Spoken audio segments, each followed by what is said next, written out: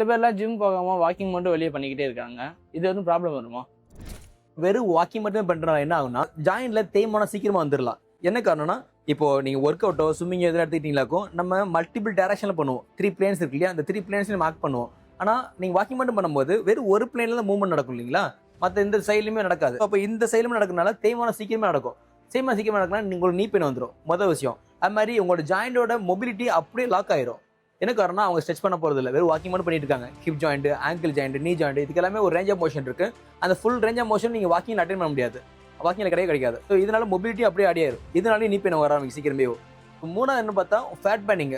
Fat burning பேசஞ்சேஜ் எந்த அளவுக்கு இருக்குன்னா வாக்கிங் பண்றவங்களுக்கு ஹீட்லேயே இருந்தால் அதுக்கு தான் பாடி மாற ஆரம்பிக்கும், கோல்ட்லேயே இருந்தால் அதுக்கு தான் பாடி மாற ஆரம்பிக்கும்.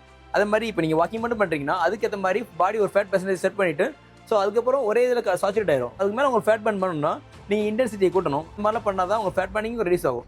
ஸோ இந்த மாதிரி நீ கான்ஸ்டன்டாக ஒரே ஆக்டிவிட்டி பண்ணும்போது உங்களுக்கு பிரச்சனை அதிகமாக வர ஆரம்பிக்கும். மல்டிபிள் ஆக்டிவிட்டிஸ் பண்ணணும். ஸ்விமிங் பண்ணலாம், டான்சிங் பண்ணலாம், வாக்கிங் பண்ணலாம், ஒர்க் அவுட் பண்ணலாம். இந்த மல்டிபிள் ஆக்டிவிட்டிஸ் பண்ணும்போது தான் உங்கள் பாடியில் உள்ள அத்தனை ஜாயின்ட்ஸ்லையுமே different range of motion work பண்ண முடியும். இல்லாட்டி உங்களுக்கு நீ பெயின், பேக் பெயின் வந்து அந்த ஆக்டிவிட்டி பண்ணாமல் போயிடலாம்.